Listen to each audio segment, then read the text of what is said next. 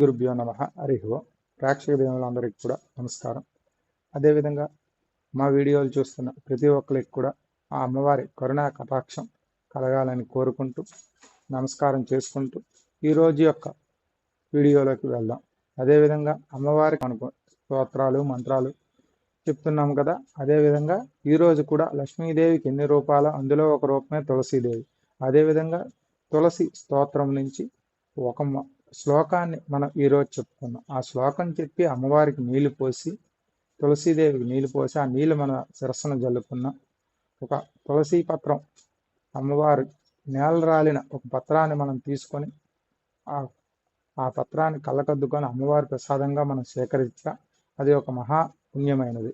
ఎందుకు అంటే స్త్రీలు ఎక్కువగా చేస్తుంటారు కాబట్టి, తులసి పత్రాలు స్త్రీలు తెంపకూడదు కాబట్టి ఆ కింద రాలిన పత్రాన్ని అమ్మవారి ప్రసాదంగా మనం తీసుకొని దాన్ని మనం స్వీకరిస్తే చాలా పుణ్యప్రదంగా ఉంటుంది.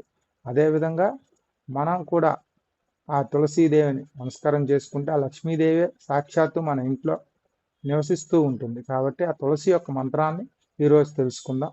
అది ఎంత పుణ్యమైనదో మనకు తెలుస్తుంది. ఈలోపు మీ అందరూ కూడా మా ఛానల్ని సబ్స్క్రైబ్ చేసుకోండి.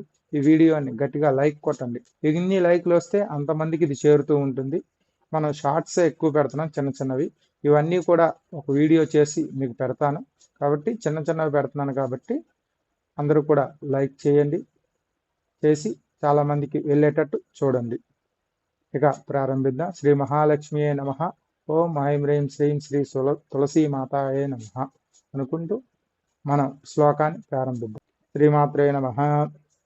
తులసీ శ్రీసఖీ శుభే పాపహారిణి పుణ్యదే నమస్తే నారదానుతే నారాయణం మనప్రియే అనుకుంటూ అమ్మవారికి నీళ్లు పోసి నమస్కారం చేసి ఆ కోటలో ఉన్న పడిన ఒక తులసి పత్రిని తీసుకొని నమస్కారం చేసుకొని మనం శిరస్సులో కానీ తీసుకోవచ్చు. మరోసారి మళ్ళీ చదువుదాం. తులసి శ్రీసఖీ శుభే పాపహారిణి పుణ్యదే నమస్తే నారదానుతే నారాయణ మనప్రియే అంటూ అమ్మవారికి నీళ్లు పోస్తే చాలా పుణ్యం వస్తుంది. అదేవిధంగా అమ్మవారి యొక్క కరుణా కటాక్షం కలుగుతుంది. అదే ఆ లక్ష్మీదేవి కూడా మనకి అనుగ్రహిస్తుంది. ఇలాంటి మరిన్ని విషయాల కోసం మా ఛానల్ని సబ్స్క్రైబ్ చేసుకోండి. ఈ వీడియోని లైక్ చేయండి. రేపటి మరో మంత్రంతో, రేపు సాయంకాలం మరో మంత్రంతో మళ్ళీ కలుద్దాం. అంతవరకు సెలవు. శ్రీ గురుభ్యో నమః. హరి ఓం. జై శ్రీరామ్. శ్రీమాత్రే నమః. శ్రీ మహాలక్ష్మీదేవియే నమః.